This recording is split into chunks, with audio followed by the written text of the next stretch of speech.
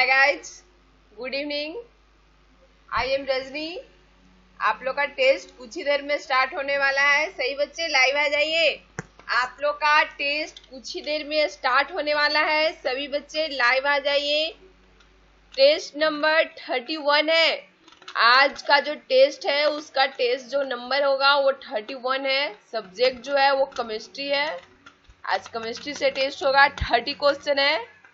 30 question है, बिल्कुल VVI question है। आज का जो टेस्ट है 30 क्वेश्चन है, बिल्कुल वीवीआई क्वेश्चन है। सही बच्चे लाइव आ जाइए और वीडियो को लाइक करके अपना अपना अटेंडेंस बना लीजिए। सभी बच्चे वीडियो को लाइक करके अपना अपना अटेंडेंस बना लीजिए और वीडियो को अपने फ्रेंड सर्किल के पास, ठीक है, व्हाट्सएप से शेयर भी कीजिए ताकि सभी को इसका लाभ मिल सके। चलिए, आपका टेस्ट कुछ ही देर में स्टार्ट होने वाला है। सही बच्चे आ जाइए। टेस्ट का रूल तो आप लोगों को पता ही होगा। प्रत्येक क्वेश्चन के लिए अलग अलग टाइमिंग में देती हूँ, ठीक है, क्वेश्चन के हिसाब से। और आंसर जो उसका आप लोग कमेंट करेंगे वो क्वेश्चन नंबर के साथ करेंगे। एक बच्चा एक क्वेश्चन का आंसर एक ही बार कमेंट करेगा। कोई भी रिपीटेड आंसर कमेंट नहीं करेंगे, ठीक है। रिपीटेड आंसर कमेंट नहीं करेंगे क्लासेस की तरह। एक क्वेश्चन का एक ही बार आंसर आना चाहिए। मैं सबका कमेंट रीड करती हूँ, ठीक है, इसलिए एक क्वेश्चन का एक ही बार आंसर आना चाहिए। और टेस्ट के दौरान कोई एक दूसरे पर कमेंट नहीं करेंगे। आपका पूरा ध्यान टेस्ट में होना चाहिए। कोई भी एक दूसरे पे कमेंट नहीं करेंगे, ठीक है। तो चलिए टेस्ट को स्टार्ट किया जाए। टेस्ट स्टार्ट करते हैं।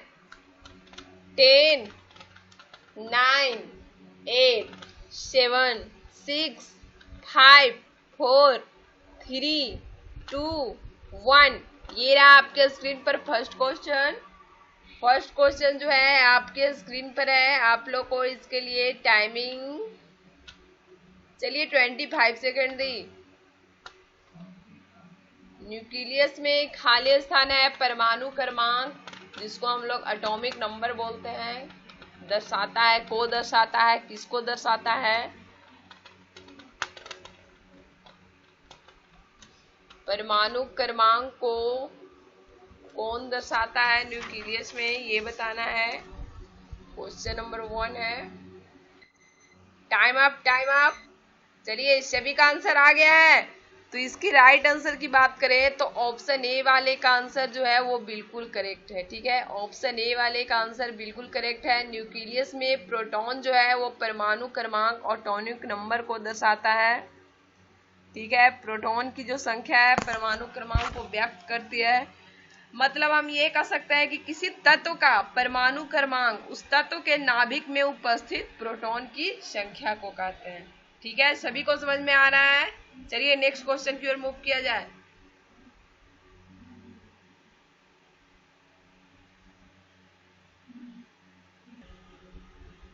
कोई भी बच्चे टेस्ट छोड़ के बीच में नहीं भागेंगे। बिल्कुल इम्पोर्टेंट वीवीआई क्वेश्चन है। मैं फुल एक्सप्लेनेशन के साथ आप लोग को बताती हूँ। चलिए सेकंड नंबर क्वेश्चन आपके स्क्रीन पर है। चलिए 30 सेकंड दी। एक हाइड्रोजन एटम में कितने न्यूट्रॉन होते हैं?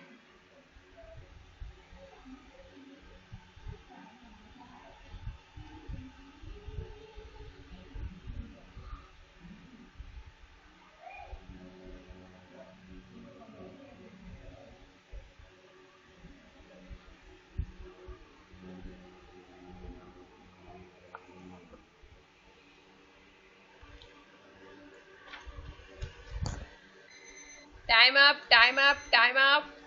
चलिए सभी का आंसर आ गया है। तो क्वेश्चन पूछ रहा है कि एक हाइड्रोजन एटम में कितने न्यूट्रॉन होते हैं।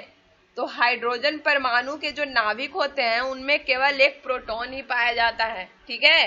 हाइड्रोजन परमाणु के नाभिक में केवल एक प्रोटॉन ही पाया जाता है।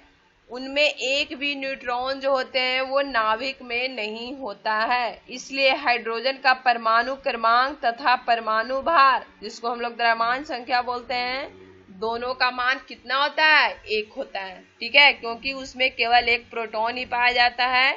न्यूट्रॉन एक भी नहीं नाभिक में होता है। तो यहाँ पे राइट आंसर क्या होगा? ऑप्शन डी होगा। कुछ नहीं, कुछ नहीं जो होगा इसका बिल्कुल करेक्ट आंसर है ऑप्शन डी वाले सभी का करेक्ट आंसर है। चलिए नेक्स्ट क्वेश्चन की ओर मूव किया जाए।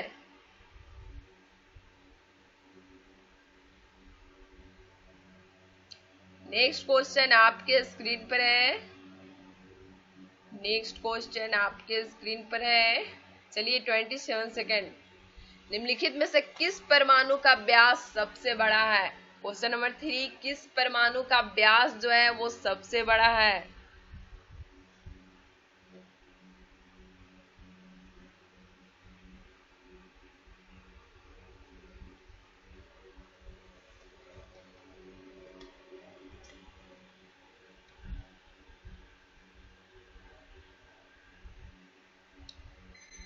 Time up, time up, time up. चलिए सभी का आंसर आ गया है। निम्न में किस परमाणु का व्यास जो है वो सबसे बड़ा है पूछ रहा है, ठीक है। तो ऑप्शन ए वाले का बिल्कुल करेक्ट आंसर होगा आयोडीन जो होगा, ठीक है, इसका राइट आंसर है। आयोडीन, फ्लोरीन, क्लोरीन तथा ब्रोमीन ये सब क्या है? हैलोजन तत्व कहलाते हैं। आधुनिक आवर्त सारणी में ये नोबेल गैसेस के बाईं ओर 17वें समूह में रखे गए हैं, ठीक है। आप लोग को बता दिया गया है क्लासेस में।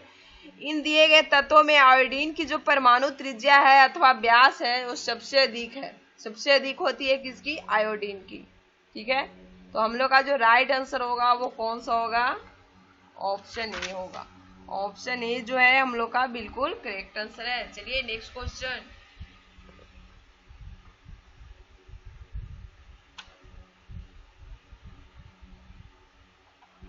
नेक्स्ट क्वेश्चन है, चलिए 26 सेकेंड दी। निम्नलिखित में से किन कणों में सकारात्मक आवेश होता है? Question number 4।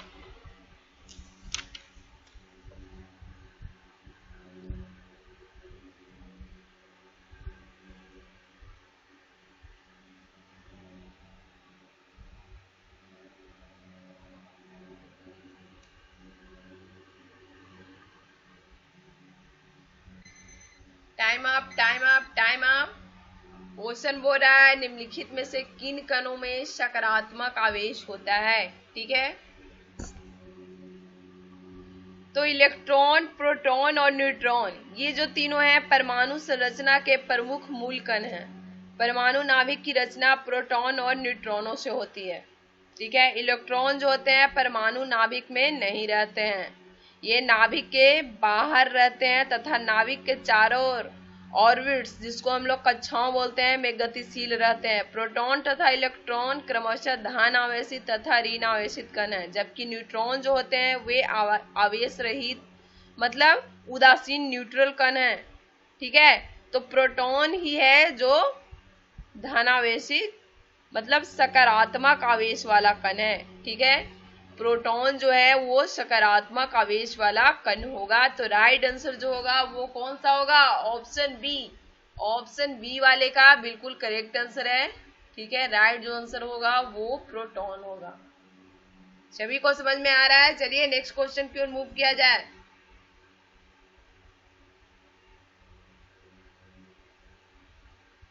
नेक्स्ट क्वेश्चन आपके स्क्रीन पर है। चलिए 22 सेकेंड। इलेक्ट्रॉन के समतुल्य प्रति द्रव्य कणों को खाली स्थान कहा जाता है।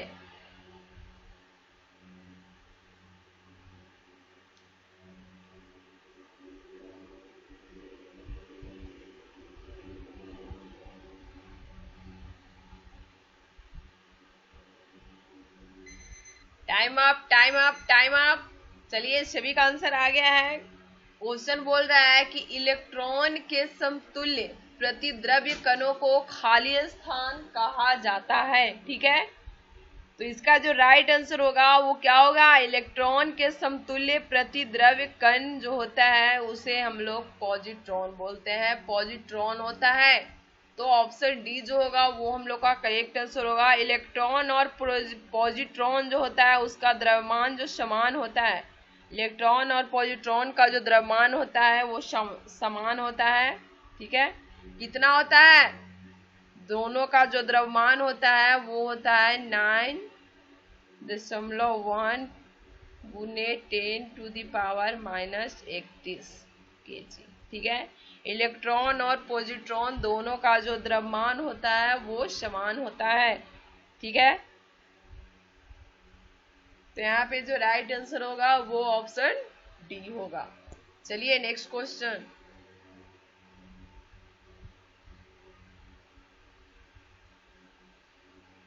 नेक्स्ट क्वेश्चन है, नीचे एक अभिकथन और एक कारण दिया गया है। ठीक है, अभिकथन में बोल रहा है, पहले मैं इसके लिए आप लोगों को टाइमिंग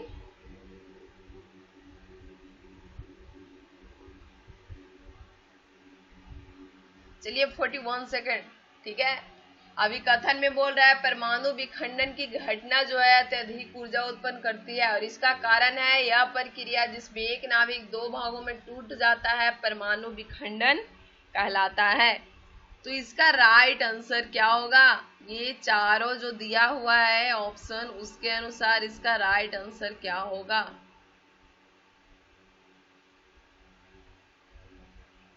ठीक है,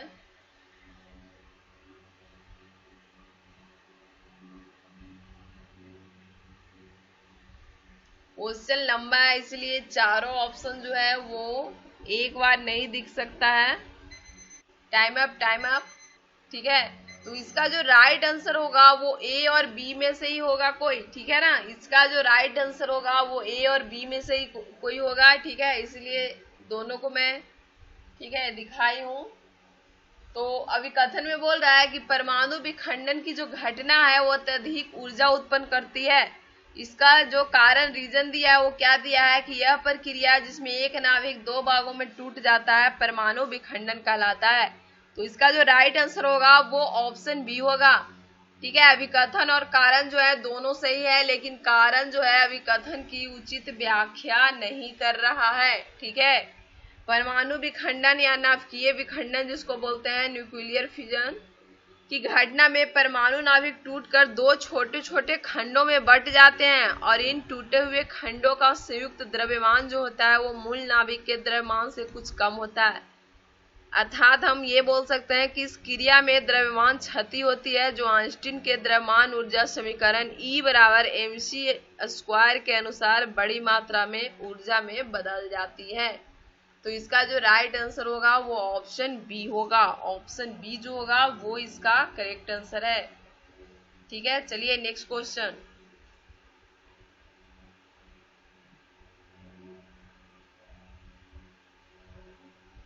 नेक्स्ट क्वेश्चन है,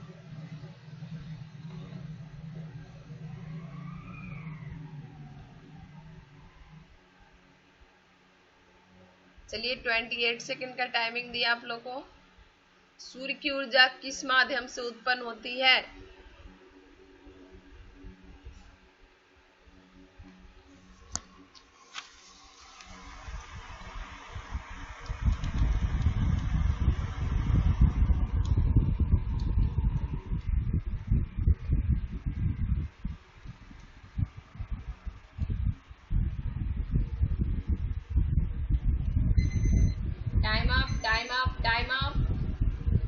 क्वेश्चन बोल रहा है सूर्य की जो ऊर्जा है वो किस माध्यम से उत्पन्न होती है।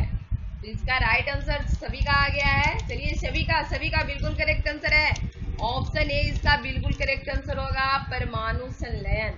सूर्य पर विशाल मात्रा में हाइड्रोजन का भंडार है जिसके परमाणु सूर्य के कोर में अति उच्च ताप और दाब के कारण नाभिकीय संलयन या परमाणु संलयन क्रिया में भाग लेते हैं और अपने से भारी तत्व हीलियम का निर्माण करते हैं। इस क्रिया में नए बनने वाले नाभिक का द्रव्यमान जो होता है संलयित होने वाले नाभिकों के संयुक्त द्रव्यमान से कम होता है।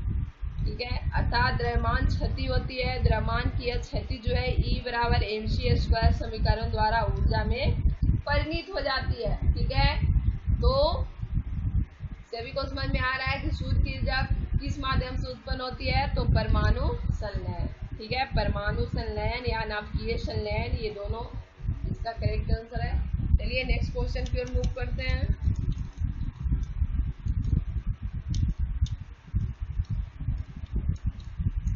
नेक्स्ट क्वेश्चन है,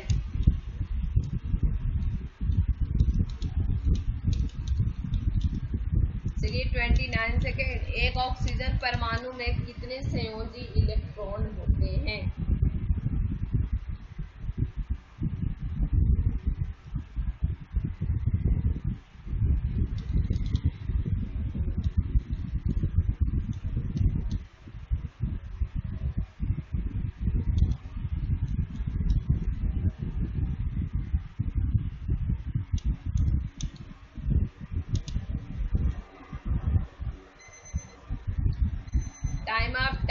टाइम अप। चलिए सभी का आंसर आ गया है, तो इसका जो राइट आंसर की बात करें वो ऑप्शन बी जो है इसका करेक्ट आंसर होगा। ठीक है, ऑक्सीजन का परमाणु क्रमांक कितना होता है? 8 होता है। अतः इसका इलेक्ट्रॉनिक विन्यास कितना होगा?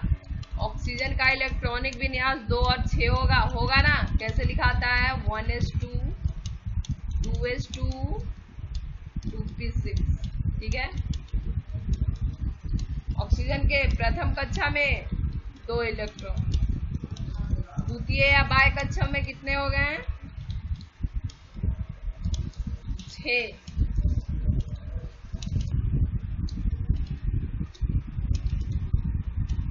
सॉरी, यहाँ पे जो 2s2 2p कितना हो जाएगा? 4 हो जाएगा। ठीक है ना, तब ना 4 और 2 6 और 2 8 हो गया। ठीक है, तो इसके प्रथम कक्षा में 2 इलेक्ट्रॉन। ठीक है, और द्वितीय जिसको बाह्य कक्षा में, इसमें कितना हो जाएगा? तो 6 हो जाएगा। 4 और 2 6। ठीक है, तो बाह्य कक्षक में इलेक्ट्रॉन जो होते हैं वो संयोजी इलेक्ट्रॉन होते हैं। तो बाह्य कक्षा में कितने हैं? 4 और 2 6 हैं। तो इसमें संयोजी इलेक्ट्रॉन कितना होगा? 6 होगा। ठीक है, सभी को समझ में आ रहा है? किसी को कोई दिक्कत? कोई दिक्कत नहीं होना चाहिए। चलिए नेक्स्ट क्वेश्चन। नेक्स्ट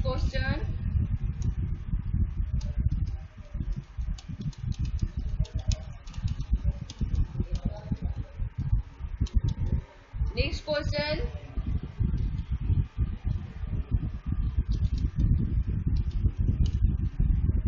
इनमें से कौन सी एक रासायनिक प्रतिक्रिया नहीं है? क्वेश्चन बोल रहा है इनमें से कौन सी एक रासायनिक प्रतिक्रिया नहीं है। क्वेश्चन नंबर 9 है।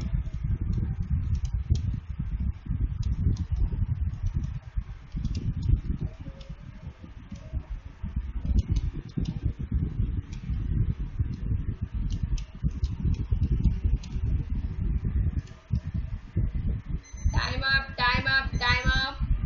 चलिए सभी का आंसर आ गया है। क्वेश्चन में बोल रहा है इनमें से कौन सी है जो एक रासायनिक प्रतिक्रिया नहीं है। ठीक है, तो ऑप्शन सी वाले का बिल्कुल करेक्ट आंसर है, गुरुत्वाकर्षण होगा। ठीक है, मैं आप लोगों को बता दूं कि गुरुत्वाकर्षण जो है वो रासायनिक प्रतिक्रिया नहीं, ये एक भौतिक क्रिया है जिसके द्वारा एक पिंड जो है दूसरे पिंड पर आकर्षक बल लगाता है, जिसे हम लोग गुरुत्वाकर्षण बल कहते हैं। गुरुत्वाकर्षण के संबंध में प्रसिद्ध भौतिक विज्ञानी न्यूटन ने एक नियम दिया जिसके अनुसार ब्रह्मांड में किन्हीं 2 पिंडों जिनके द्रव्यमान m1 तथा m2 एवं उनके बीच की दूरी क्या हो? r हो, तो इनके बीच कार्य करने का वाले जो गुरुत्वाकर्षण बल होते हैं F का मान जो होता है वो किस सूत्र द्वारा दिया जाएगा? F बराबर क्या हो जाएगा? Gm1 × F2 बटा r²। ठीक है, यहाँ G जो है वो गुरुत्वाकर्षण नियतांक है। ठीक है, यहाँ जो कैपिटल G है वो गुरुत्वाकर्षण नियतांक। ठीक है, यहाँ जो कैपिटल G है वो क्या है? गुरुत्वाकर्षण नियतांक है। मैं लिख देती हूँ, यहाँ कैपिटल G जो है वो गुरुत्वाकर्षण नियतांक है।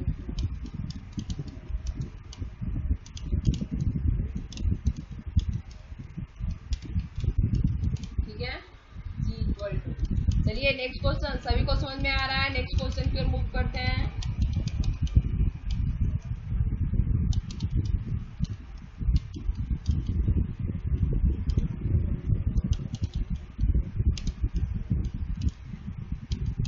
चलिए 28 सेकेंड। इनमें कौन सा रासायनिक परिवर्तन का एक उदाहरण है?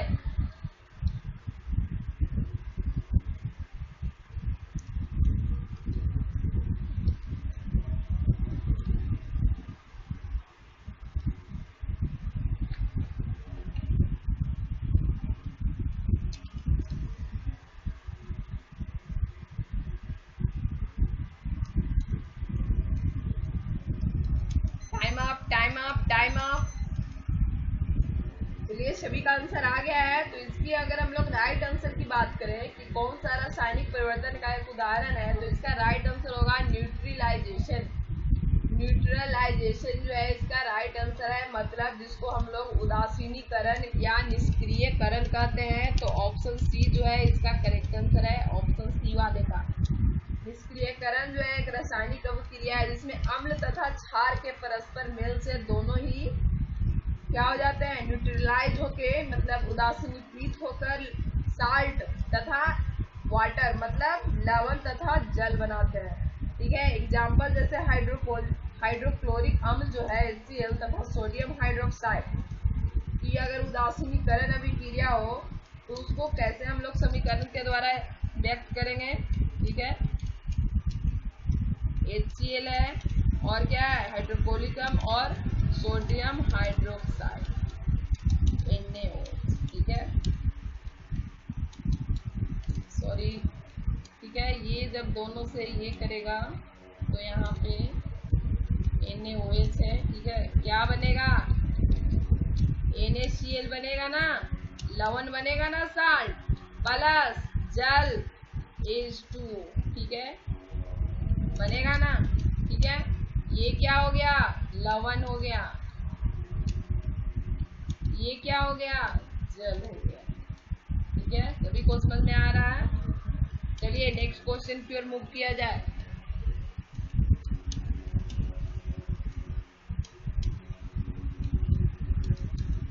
क्वेश्चन नंबर 11, क्वेश्चन नंबर 11 है। ठीक है, ये मैं इधर कर देती हूँ। ठीक है,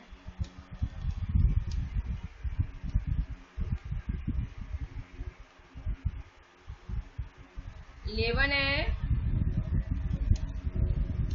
निम्नलिखित में से ऑक्सीडेशन प्रतिक्रिया के बारे में क्या सही नहीं है। ठीक है, टाइमिंग आप लोग को, चलिए 41 सेकेंड दी। निम्नलिखित में से ऑक्सीकरण प्रतिक्रिया के बारे में क्या सही नहीं है, ABCD ऑप्शन है। ठीक है, क्वेश्चन लंबा है इसलिए चारों ऑप्शन दिख नहीं सकता है, तो इसका ठीक है जो आंसर है, ठीक है ना, इसी में से होगा। 3 ऑप्शन तक यहाँ आसानी से दिख रहा है। ठीक है, तो आप लोग राइट आंसर जो है वो कमेंट कीजिए। निम्नलिखित में से ऑक्सीडेशन प्रतिक्रिया के बारे में क्या सही नहीं है।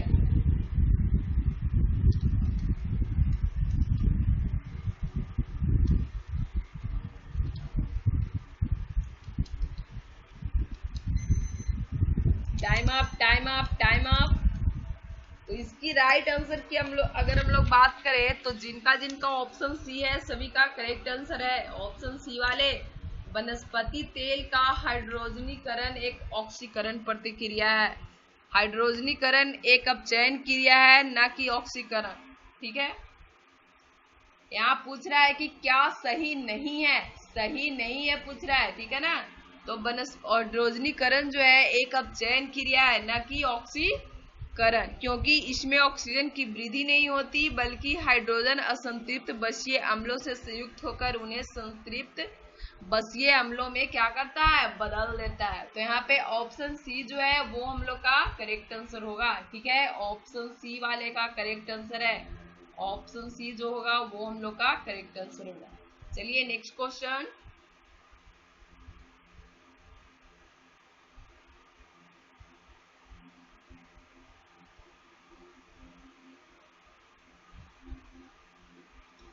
नेक्स्ट क्वेश्चन है, इसके लिए आप लोगों को टाइमिंग दिया जाता है।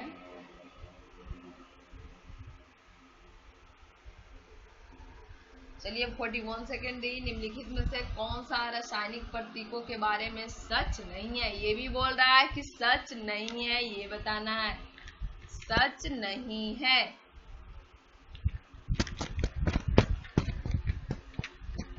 ठीक है, सच नहीं है ये बताना है।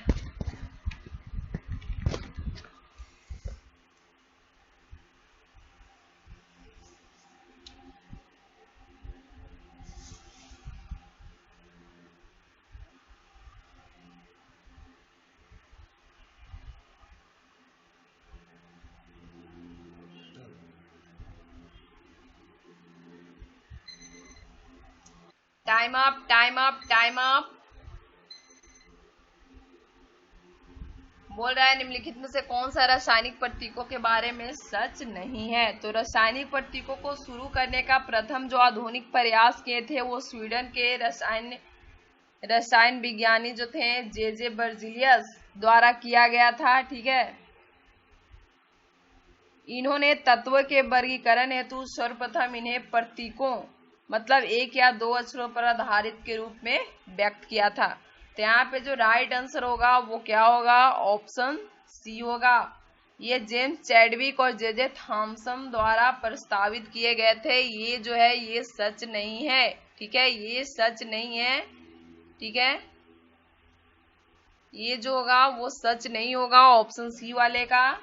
इसको जे बर्जीलियस द्वारा शुरू किया था। ठीक है, तो ये जो है ये गलत है। जेम्स चैडविक और जे थॉमसन जो है वो गलत है। तो राइट आंसर जो होगा वो कौन सा होगा, ऑप्शन सी होगा।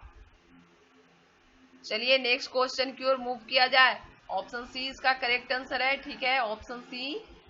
नेक्स्ट क्वेश्चन की ओर मूव करते हैं।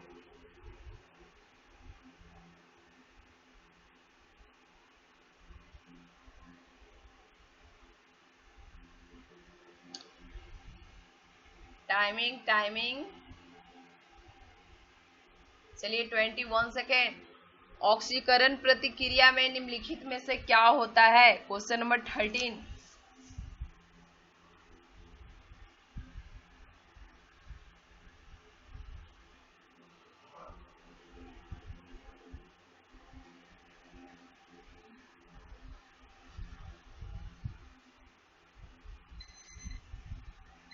Time up, time up, time up. चलिए सभी का आंसर आ गया है। तो जिनका जिनका ऑप्शन बी है सभी का करेक्ट आंसर है, इलेक्ट्रॉन में कमी होती है। ठीक है, क्वेश्चन पूछ रहा है कि ऑक्सीकरण प्रतिक्रिया में निम्नलिखित में से क्या होता है।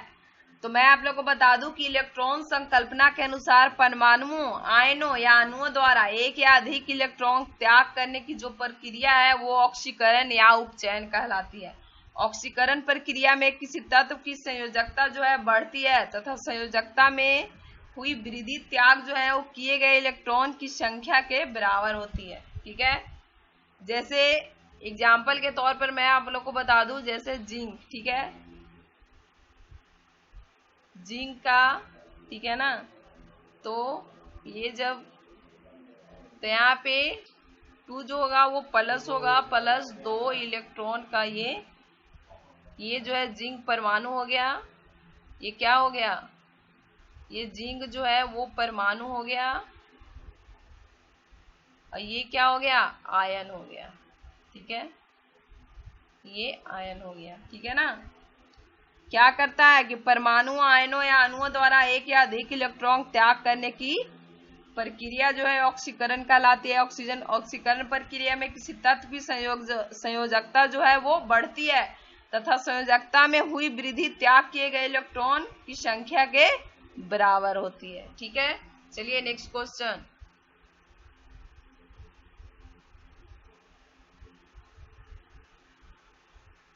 नेक्स्ट क्वेश्चन है पानी का घनत्व क्या है। चलिए 10 सेकेंड दी। पानी का घनत्व क्या है,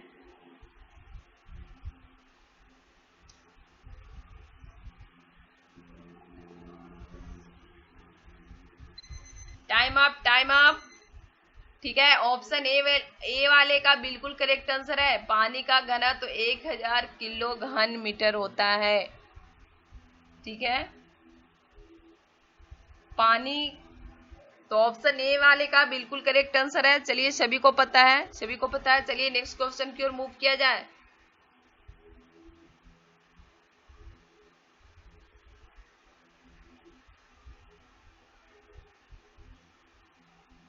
नेक्स्ट क्वेश्चन है,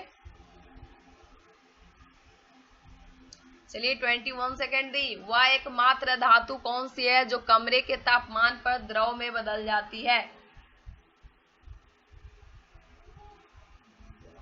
वह एकमात्र धातु कौन सी है जो कमरे के तापमान पर द्रव में बदल जाती है।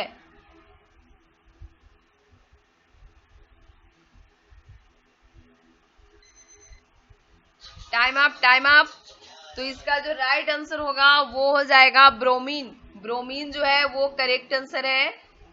ठीक है, ब्रोमीन जो है आधुनिक आवर्त सारणी के 17वें समूह का धातु तत्व है, जिसको हम लोग किसके द्वारा, बीआर के द्वारा इसको हम लोग व्यक्त करते हैं। यह कमरे के ताप पर द्रव अवस्था में रहता है, जिसका रंग लाल भूरा होता है तथा खुला छोड़ने पर यह शीघ्रता से कमरे के ही ताप पर लाल भूरे रंग के वाष्प में परिणत हो जाता है।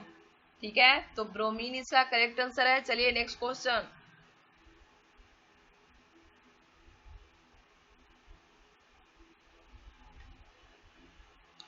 नेक्स्ट क्वेश्चन है, चलिए 12 सेकेंड। गर्म हवा के गुब्बारे में कौन सी गैस प्रयोग की जाती है?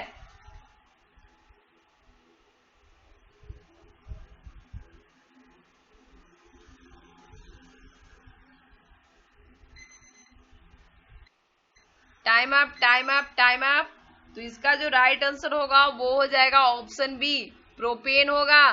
ठीक है, आधुनिक जो गर्म हवा गुब्बारे हैं वो रीप स्टॉप नायलॉन या डेक्रोन के बने होते हैं, जिन्हें आंशिक रूप से गैस संचालित पंखों की सहायता से ठंडी हवा द्वारा भर देते हैं और ऊपर उठने हेतु बर्नल जलाकर प्रोपेन गैस भरी जाती है। ठीक है, तो हम लोग का जो राइट आंसर होगा वो क्या होगा, प्रोपेन होगा। चलिए नेक्स्ट क्वेश्चन।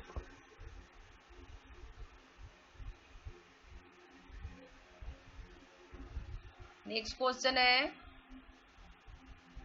चलिए 14 सेकेंड। निम्नलिखित गैसों में से किसमें एक तीखी गंध होती है? निम्नलिखित गैसों में से किसमें एक तीखी गंध होती है?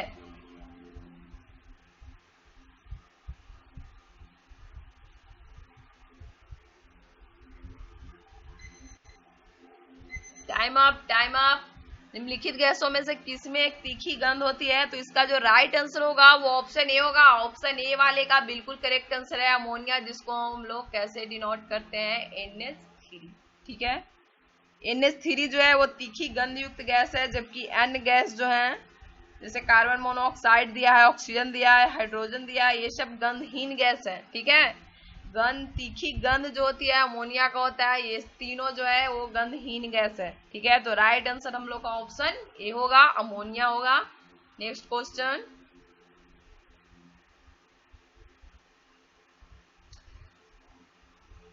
नेक्स्ट क्वेश्चन है, निम्न में से कौन सी, नेक्स्ट क्वेश्चन है, चलिए 19 सेकंड कर दी। निम्न में से कौन सी रासायनिक प्रतिक्रिया की प्रकृति हमेशा ऊष्मा शोषी होती है?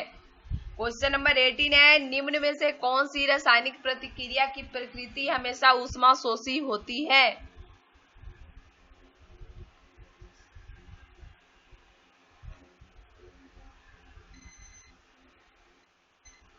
Time up. चलिए सभी का आंसर आ गया है, तो इसका जो राइट आंसर होगा वो होगा डीकम्पोजिशन रिएक्शन। ठीक है, डीकम्पोजिशन रिएक्शन इसका करेक्ट आंसर है, मतलब अपघटन प्रतिक्रिया। ऑप्शन बी, ऑप्शन बी जो है इस क्वेश्चन का बिल्कुल करेक्ट आंसर है।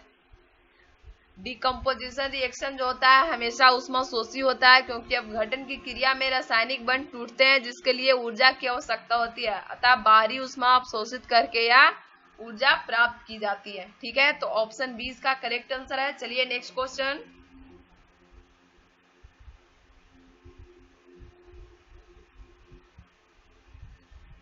नेक्स्ट क्वेश्चन है, जिस रासायनिक अभिक्रिया में, चलिए 13 सेकंड दी, जिस रासायनिक अभिक्रिया में ऊष्मा निकलती है उसे खाली स्थान अभिक्रिया कहा जाता है?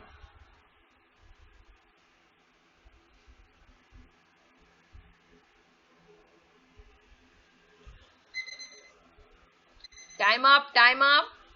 क्वेश्चन बोल रहा है, सभी का आंसर आ गया है। जिस रासायनिक अभिक्रिया में ऊष्मा निकलती है उसे ऊष्माक्षेपी अभिक्रिया कहा जाता है।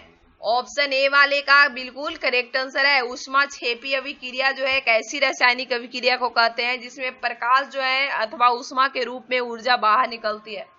इस अभिक्रिया के प्रारंभ हेतु आवश्यक ऊर्जा की मात्रा में की तुलना में अभिक्रिया में मुक्त हुई जो ऊर्जा होती है वो बहुत अधिक होती है। ठीक है, चलिए नेक्स्ट क्वेश्चन।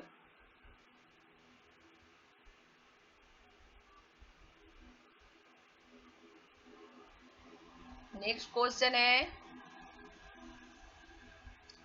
13 सेकेंड। उस प्रक्रिया का क्या नाम है जिसमें गैस सीधे ही ठोस वस्तु यानी सॉलिड में परिवर्तित हो जाती है?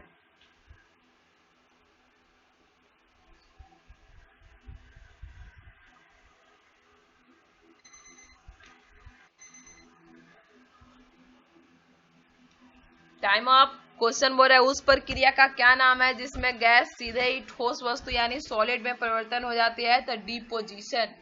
ऑप्शन बी इसका करेक्ट आंसर है। डिपोजिशन जो है गैस से सीधे ठोस पदार्थ में परिवर्तन होने की क्रिया निक्षेपण या डिपोजिशन कहलाती है। डिपोजिशन को हम लोग क्या बोलते हैं? निक्षेपण। ठीक है, क्या बोलते हैं? निक्षेपण। ठीक है, निक्षेपण बोलते हैं, निक्षेपण बोलते हैं इसको हम लोग।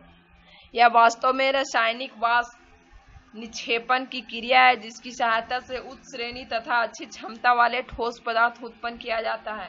यह प्रक्रिया अर्धचालक उद्योग में पतली परतें या महीन फिल्म पैदा करने हेतु प्रयुक्त होती है। ठीक है, चलिए नेक्स्ट क्वेश्चन। नेक्स्ट क्वेश्चन है, next question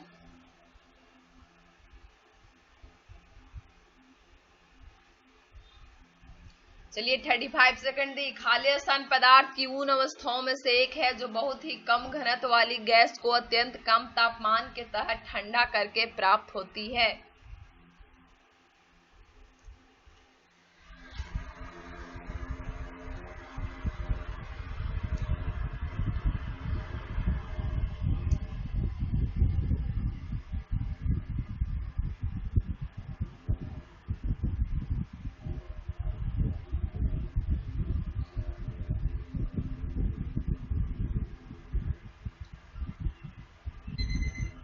time up, time up, time up. चलिए सभी का आंसर आ गया है। क्वेश्चन बोल रहा है कि खाली स्थान पदार्थ की उन अवस्थाओं में से एक है जो बहुत ही कम घनत्व वाली गैस को अत्यंत कम तापमान के तहत ठंडा करके प्राप्त होती है। तो इसका जो राइट आंसर होगा वो बोस आइंस्टीन घनीभूत होगा। BEC, ऑप्शन सी इसका करेक्ट आंसर है। ठीक है, BEC होगा। बोस आइंस्टीन घनीभूत जो है पदार्थ की उन अवस्थाओं में से एक है जो बहुत ही कम घनत्व वाली गैस को अत्यंत कम तापमान के तहत ठंडा करके प्राप्त होती है। ठीक है, एग्जाम्पल स्वरूप मान लिया कि ठंडी द्रव, हीलियम, अति द्रव या अति तरल पदार्थ। ठीक है, आदि। ठीक है, ये सब इसका एग्जाम्पल है। तो राइट जो आंसर होगा वो क्या होगा? ऑप्शन डी होगा। नेक्स्ट क्वेश्चन है,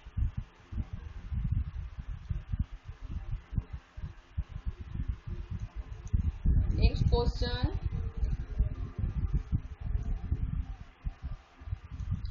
20 सेकेंड दी। कच्चे माल से विभिन्न उत्पादों को अलग करने के लिए किस विधि का उपयोग किया जाता है?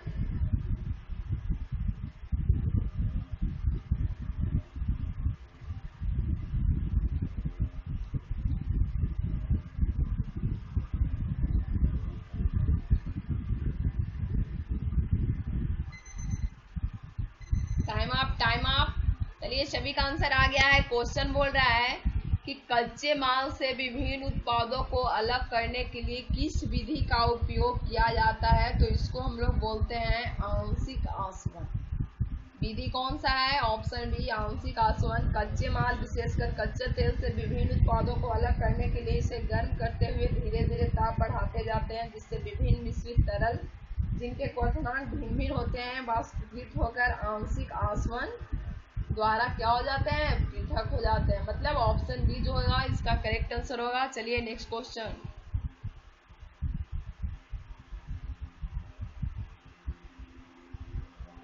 नेक्स्ट क्वेश्चन है,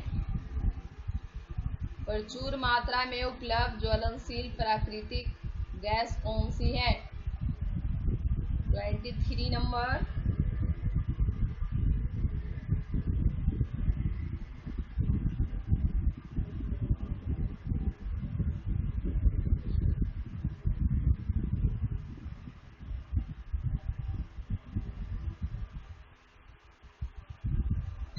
time up, time up. Question बोल रहा है प्रचुर मात्रा में उपलब्ध ज्वलनशील प्राकृतिक गैस कौन सी है? तो इसका राइट आंसर जो होगा वो ऑप्शन बी वाले का बिल्कुल करेक्ट आंसर है, मीथेन होगा। ठीक है, मीथेन को हम लोग कैसे लिखते हैं? CH4। प्रचुर मात्रा में मीथेन गैस जो है प्राकृतिक गैस के रूप में भूमि सतह के नीचे से निकाली जाती है। यह एक ज्वलनशील गैस है। मीथेन का उपयोग पेट्रोल, डीजल या एलपीजी के स्थान पर किया जा सकता है तथा यह पर्यावरणीय प्रदूषण की दृष्टि से भी स्वच्छ ईंधन है। अब इसे सीएनजी के रूप में प्रयोग किए जाने लगा है। ठीक है, अब इसे सीएनजी के रूप में भी प्रयोग किए जाने लगा है। ठीक है, CH4 है। चलिए नेक्स्ट क्वेश्चन की ओर मूव करते हैं।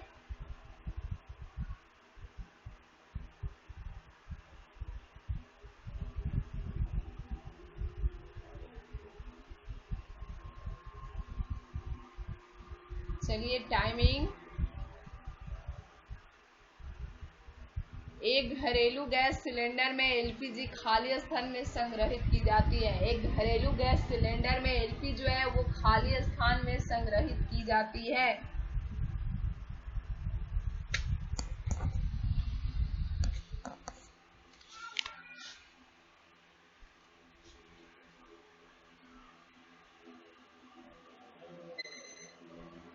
Time up. क्वेश्चन बोल रहा है घरेलू गैस सिलेंडर में एलपीजी जो है खाली स्थान में संग्रहित की जाती है, तो इसका जो राइट आंसर होगा वो क्या होगा? तरल अवस्था। ऑप्शन सी इसका करेक्ट आंसर है, तरल अवस्था होगा। एलपी जो है हाइड्रोकार्बन गैसों ब्यूटेन एवं प्रोपेन का मिश्रण होता है, जिसे उच्च दाब पर सिलेंडर में संग्रहित करने पर यह तरल अवस्था में रहती है। ठीक है, ऑप्शन सी इसका बिल्कुल करेक्ट आंसर है। चलिए next question.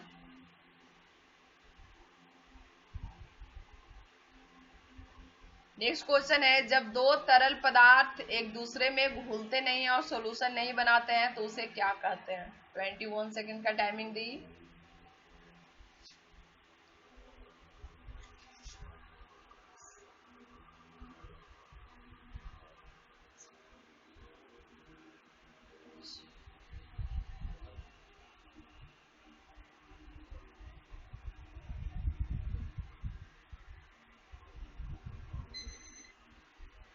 Time up.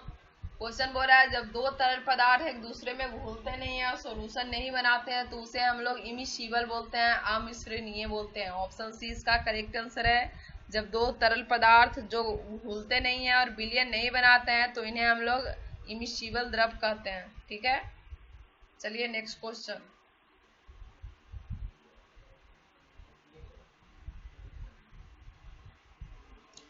Next है सही विकल्प के साथ खाली स्थान को भरना है। तत्वों के गुण। ठीक है, चलिए 19 सेकेंड। तत्वों के गुण उनके परमाणु द्रव्यमान के आवधिक प्रकार हैं। यह किनका कथन है?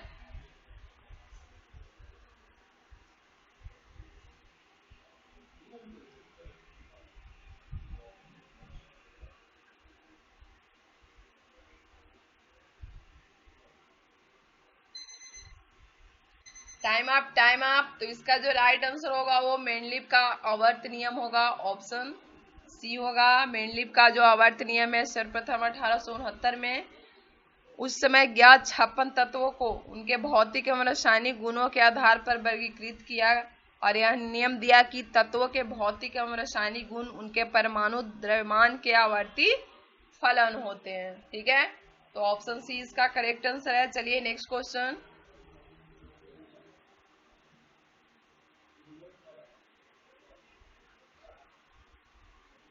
नेक्स्ट क्वेश्चन है आधुनिक आवर्ती नियम किसने दिया था जिसके अनुसार तत्वों के भौतिक और रासायनिक गुण उनके परमाणु संख्या के आवर्ती फंक्शन होते हैं?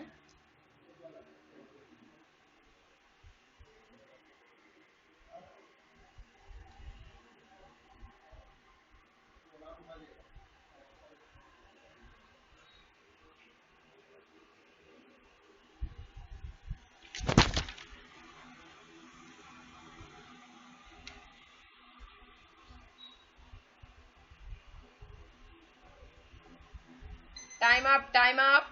क्वेश्चन बोल रहा है आधुनिक आवर्ती नियम किसने दिया था जिनके अनुसार तत्वों के भौतिक और रासायनिक गुण जो है उनकी परमाणु संख्या के आवर्ती फंक्शन होते हैं? तो इसका जो राइट आंसर होगा वो कौन होगा? हैरी मोसले। ठीक है, ऑप्शन ए इसका करेक्ट आंसर है, हैरी मोसले। ठीक है, इन्होंने दिया था। चलिए next question.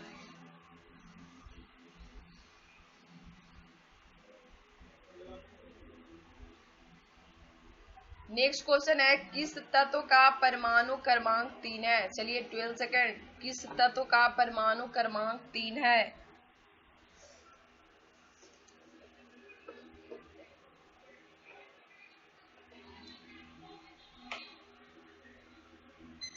Time up, time up. तो इसका जो राइट आंसर होगा वो कौन सा होगा? Hydrogen, helium, lithium. लिथियम का परमाणु क्रमांक क्या होता है? 3 होता है। ठीक है, इसको हम लोग Li लिखते हैं। प्रकृति में सबसे हल्की धातु के रूप में जाने वाली क्षारीय धातु समूह के लिथियम, ठीक है ना, इसका परमाणु क्रमांक कितना होता है? 3 होता है। ठीक है, ऑप्शन बी वाले का करेक्ट आंसर है। नेक्स्ट क्वेश्चन है,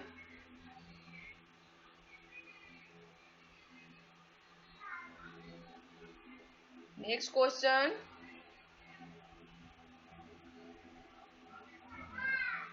21 सेकेंड का टाइम दी। रासायनिक तत्वों, विशेष रूप से नाइट्रोजन फास्फोरस मिश्रित यौगिक तत्वों के पारिस्थितिक जो तंत्र होते हैं की संपन्नता को क्या कहते हैं?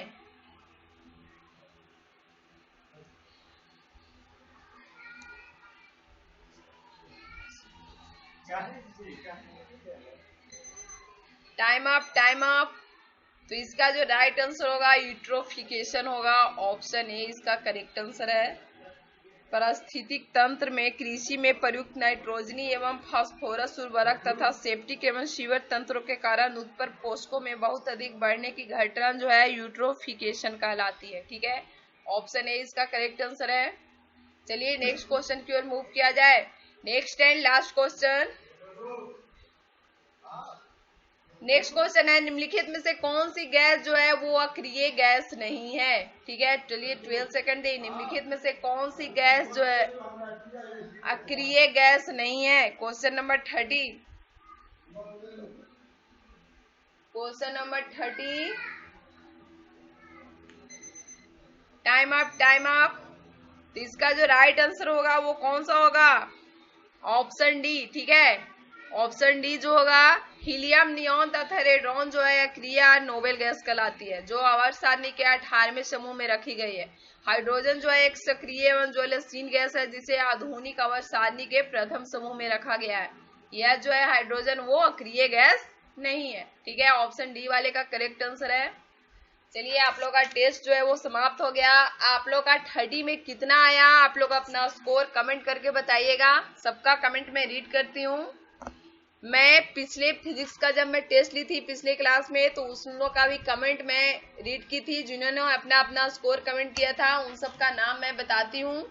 ठीक है, अमरजीत कुमार, अखिलेश वर्मा, बीवो शुक्ला, सोनम भारती, अर्पणा झा, अंशुपल, मनीष कुमार, आलोक यादव, संटू सिंघानिया, राशन कुमार, रामबली, ऋषिकेश, अभिषेक, स्वाति, अमित, आशुतोष, विक्रांत, छोटन, रोहित, संटू, ऋषु, राहुल जयकर, ज्योतिष, सत्यम कुमार दास, सुनील कुमार, रितेश सिंघानिया, रोशन यादव, आरोही, संजीत पंडित, अफ्ताब आलम, अभिषेक, राम भक्त हनुमान, संटू सिंघानिया, नीतीश राणा, रोहित, नितेश कुशवाहा, रजत, हर्ष कुमार रॉय, पीयूष, बबलू, बाबू विजय, सुशील सिंह, बिक्की बाबू, अखिलेश, अशरफ,